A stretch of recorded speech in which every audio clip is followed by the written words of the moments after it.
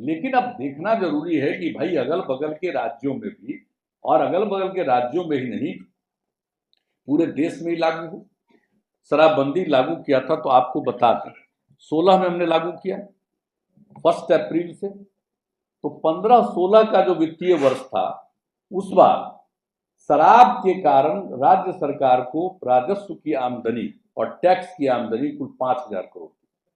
हमने देखा कि भाई हमारा जो टोटल राजस्व के माध्यम से और टैक्स के माध्यम से राज्य के अंदर जो आमदनी होती है, सेंटर के टैक्स में जो होता है उसका तो शेयर राज्य को मिलता है वो अलग है, स्टेट के अंदर जो होता है उसमें हमने देखा 16-17 में, 18 के शुरू में हमने देखा कि भाई 16-17 का आकलन किया तो पता चला कि भाई हम लोगों को कुल मिलाकर के लॉस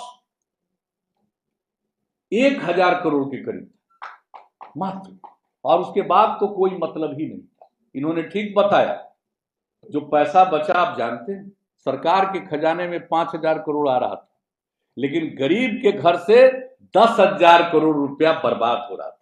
तो जो सरकार बनती है उसका काम सिर्फ स्टेट फंड को देखना है, सरकार का जो खजाना है उसी की आमदनी को देखना है, या पूरे देश के पूरे प्रदेश के नागरिकों के हित को देखना।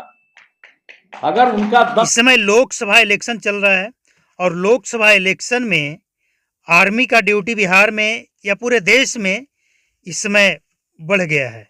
यानी हर जगह, हर उस क्षेत्र में जहां पे वोटिंग होना है आर्मी वाले तैनात हैं। तो आर्मी वाले अगर शराब बेचेंगे तो ये सुनकर आपको कैसा लगेगा? अब तक आपने सुना होगा कि दूध के टैंकर में, तेल के टैंकर में, एम्बुलेंस में, कब्रिस्तान में, हर जगह शराब पकड़ा गया। लेकिन अगर आर्मी के गाड़ी में शराब पकड़ा जाए, बेचा जा रहा है आर्मी के नाम पे, तो इससे आप क्या कहेंगे?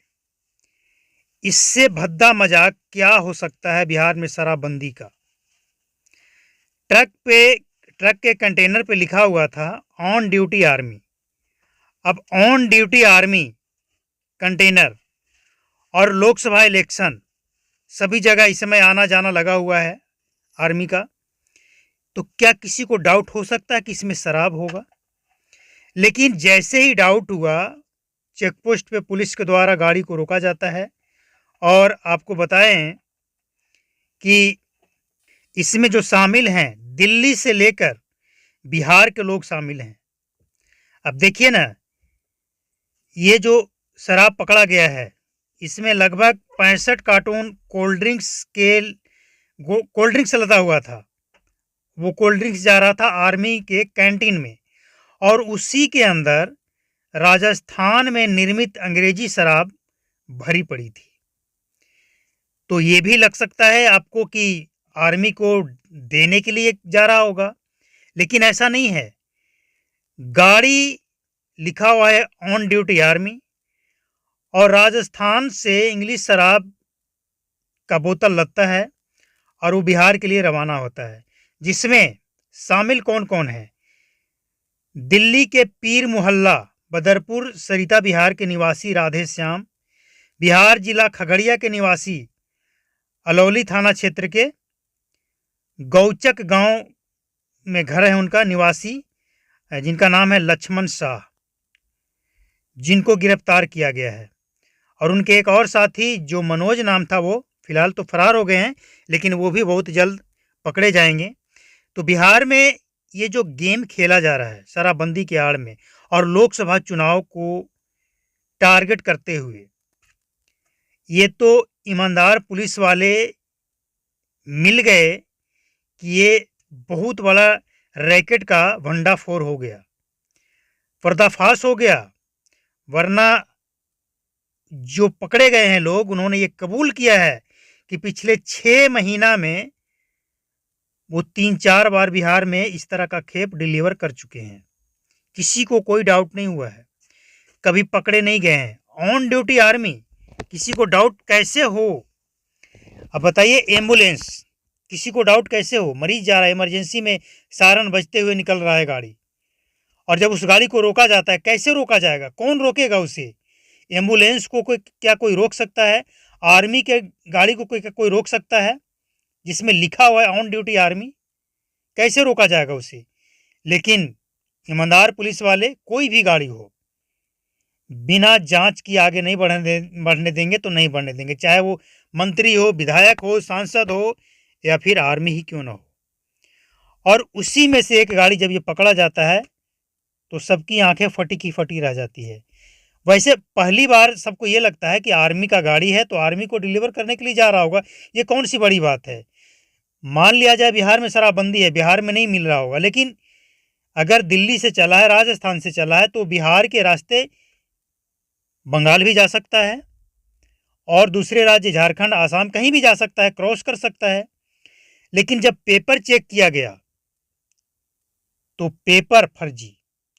असल में जब सख्ती से पूछताछ किया गया तो पता चला, जो पूछताछ करने वाले पुलिस अफिसर हैं उनकी भी नाम आप जान लीजिए।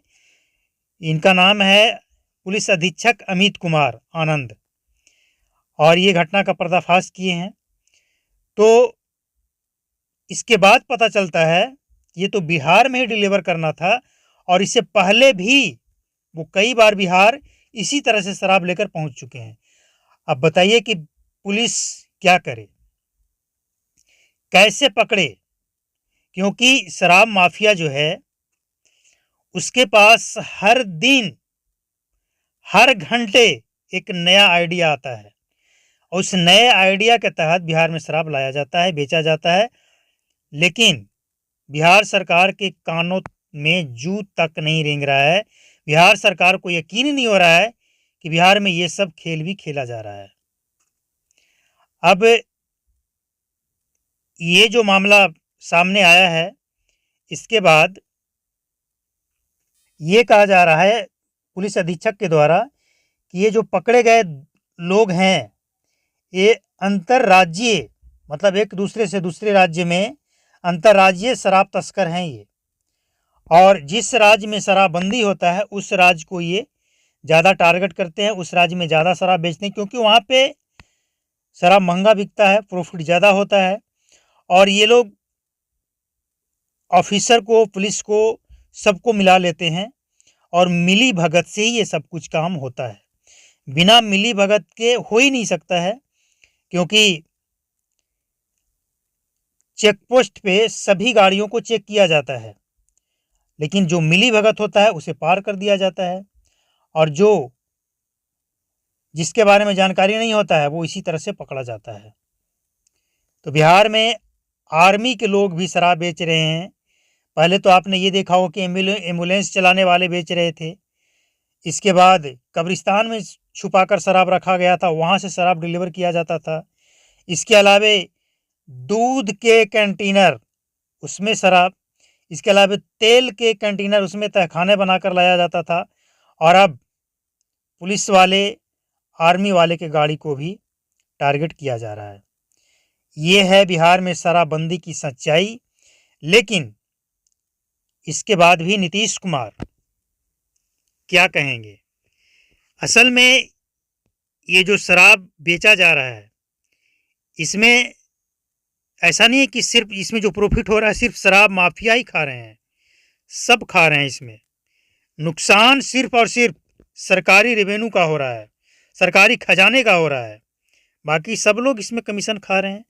सबको, यहाँ तक कि पुलिस वाले को भी ऊपर से कमाई करने का एक बहुत शॉर्टकट और बढ़िया तरीका मिल गया है, जो बिहार में बहुत तेज़ी से फल फूल रहा है। और इसके साथ साथ एक और रैकेट बिहार में बहुत तेज़ी से अपना पांव फैला रहा है, वो है ड्रग्स का। ड्रग्स का कारोबार बिहार में बहुत तेज़ी से फैल रहा है, और इतना तेज़ी से फैल रहा है कि बिहार में अगर यही स्थिति रहा तो साल 2 साल के अंदर उड़ता बिहार बनने में देरी नहीं लगेगा, क्योंकि इसमें महिलाएं शामिल है। पहली दूसरी डोज फ्री दिया जा रहा है, आदत लगाया जा रहा है नौजवानों को। एक बार आदत लग जाने के बाद बिहार जैसा गरीब प्रदेश, कमज़ोर प्रदेश अगर ड्रग्स के चपेट में आ गया तो इससे उभरना मुश्किल ही नहीं, नामुमकिन है बिहार जैसे राज्य के लिए, क्योंकि पंजाब, दिल्ली, महाराष्ट्र जैसा राज्य जब इससे पीछा नहीं छुड़ा पाया तो बिहार क्या है? बिहार में शराबबंदी के आड़ में ये सब कुछ हो रहा है। तो अब क्या करना है आगे? नीतीश कुमार शराबबंदी की सर्वेक्षण करवाना चाहते हैं, लेकिन कब करवाएंगे? तब तक बिहार में कितना करोड़ का शराब बिक जाएगा, कितना करोड़ का ड्रग्स बिक जाएगा, जिसका कोई लिमिट नहीं है। और इसका लिमिट, इस पे लगाम कौन लगाएगा? आम जनता, बिहार पुलिस या बिहार सरकार? ये आम जनता को भी तय करना पड़ेगा। सिर्फ सरकार के कहने से कुछ नहीं हो सकता है। जनता भी उतना ही गुनाहगार, उतने ही जिम्मेवार हैं जितना कि बिहार पुलिस और बिहार प्रशासन। जनता अगर इन सब चीज़ों को ना कहे, इग्नोर करे, तो क्या ये ड्रग्स माफिया, शराब माफिया का कारोबार बिहार में इस तरह से फैलेगा, चलेगा? तो बिहार में जो लोग इस कारोबार को फैलाने में लगे हैं, उनको भी सोचना पड़ेगा कि आप क्या कर रहे हैं, आने वाले पीढ़ी को आप क्या देना चाहते हैं। बिहार के लोगों को भी ये तय करना पड़ेगा।